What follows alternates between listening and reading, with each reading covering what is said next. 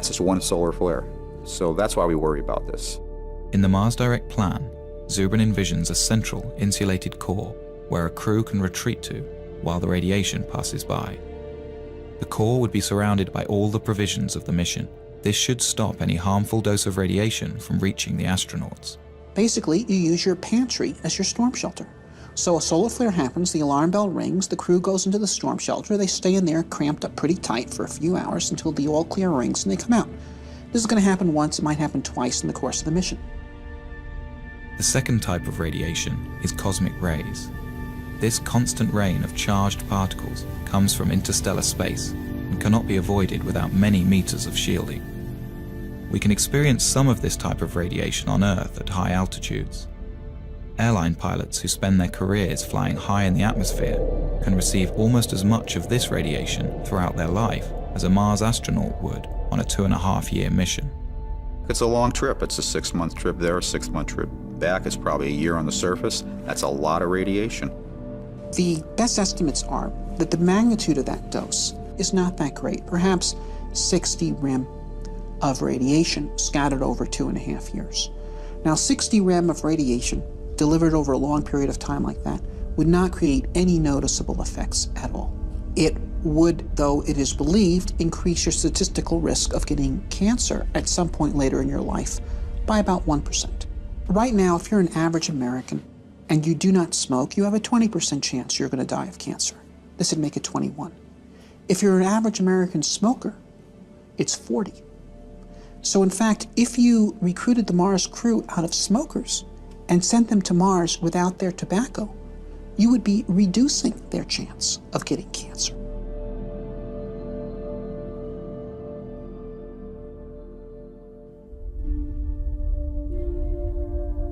With the immense distance from Earth, never before experienced by a human being, with the constant dangers of outer space surrounding their small, life-sustaining craft, and with nowhere else to go, the psychological impact on a crew could be severe.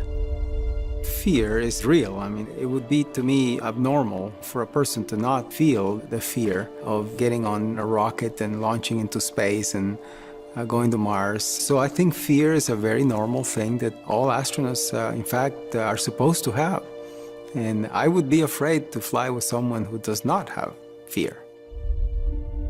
Some psychologists worry that cabin fever could set in, and the crew might literally go crazy.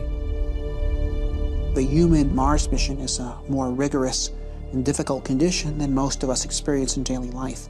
But it is hardly a more difficult situation than many people have endured throughout human history.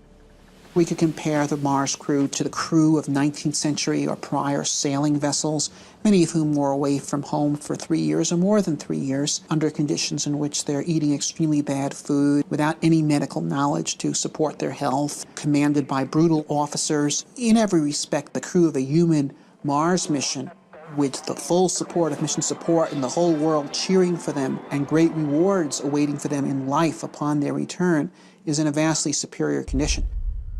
The Mars Direct crew will spend most of their time inside the 2-story HAB, carefully designed to promote psychological well-being despite the confinement. The space where I think everybody would spend the most time, just like a lot of homes on Earth, would be the galley wardroom area. There would be chairs, a table, some kind of large screen for entertainment. You would have individual staterooms about 4 or 5 feet wide. The ability for them to communicate with loved ones, with colleagues on Earth, I think will be almost unlimited. A Mars crew will need to be carefully chosen and thoroughly tested to ensure their ability to handle the extreme isolation. Wow, what a place. What a view, isn't it, John? It's absolutely unreal. John Young, who went to the moon, used to say that he could cover the Earth by just lifting his thumb up to it.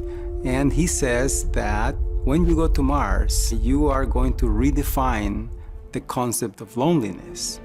And so it is very important that the crew be well balanced and well chosen so that they can support each other. Whoever gets picked to go, they will have to learn to live together for 2.5 years.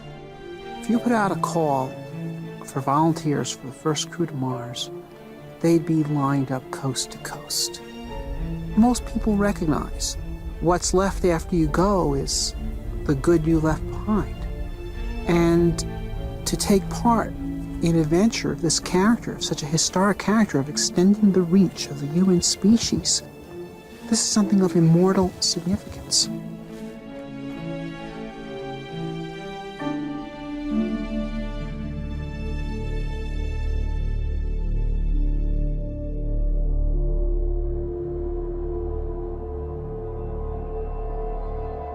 One of the most bogus threats associated with the Mars mission is the so-called back contamination issue, which is this notion that you go to Mars and discover these virulent disease organisms that you bring back to Earth and destroy all life on Earth. If we discover life on Mars, one fear is that our Earth biology will have no defense against possible Martian pathogens. Some argue that missions to Mars cannot be risked until we can prove Mars is free from harmful contaminants. This is completely nonsensical. There's natural transfer of material from Mars to Earth all the time. We get around 500 kilograms of unsterilized Martian rocks landing on Earth every year, and they have been doing so for the past 3-4 billion years. And so if there were Martian organisms that could contaminate the Earth, they've already done so. Although the prospect of Martian diseases seems remote, lawmakers have required that NASA create elaborate protocol to ensure that any extraterrestrial material stays contained. And like the Apollo astronauts, who spent 17 days in quarantine after their return from a sterile moon, a Mars crew will have to be thoroughly tested for any harmful Martian pathogens. The probability is infinitesimally tiny. But nevertheless, this is our home planet and it's extremely important and we have to protect it. The idea of a pathogen on Mars is clearly ridiculous because there is no megafauna or megaflora on Mars for pathogens to infect. So it is impossible to propose a credible life cycle for a Martian pathogen. The diseases that afflict us have been co-evolving with us and our ancestors and near relatives for the past 3 billion years, and they are specifically designed to live inside the habitat of the human body and to overcome its defenses. And they've been engaged in an arms race with the human defenses for those 3 billion years. This is why humans do not get diseases from distantly related species. For example, I don't know of any person who has ever contracted Dutch elm disease.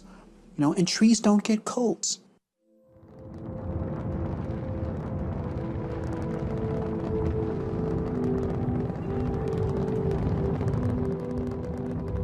When the first Mars lander touches down, the crew will be staring out at a new world, a place that in 4 billion years, no eyes have ever seen.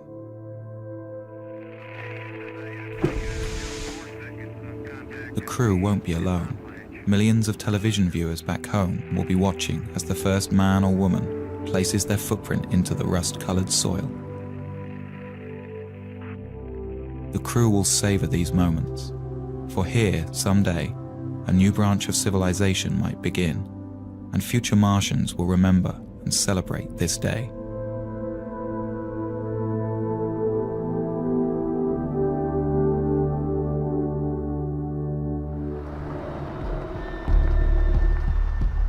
There is much for the crew to do and explore. One of their main mission objectives will be to search for signs of microscopic life. To do this, they will follow the ancient water flows. For on Earth, where there is water, there is life.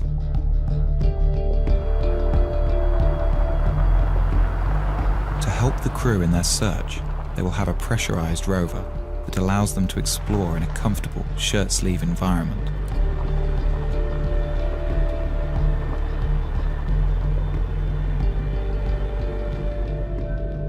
This means the crew can examine a vast area around the landing site during their 18-month stay. And there is much to explore. Mars has 58 different kinds of topography and a surface area equivalent to all the continents of Earth combined. To me, this is a If these explorers can uncover the fossilized remnants of indigenous Martian life, they will redefine mankind's understanding of its place in the universe. For if life arose separately on a planet so close to our own, it strongly suggests that the universe is a biologically rich place and full of life.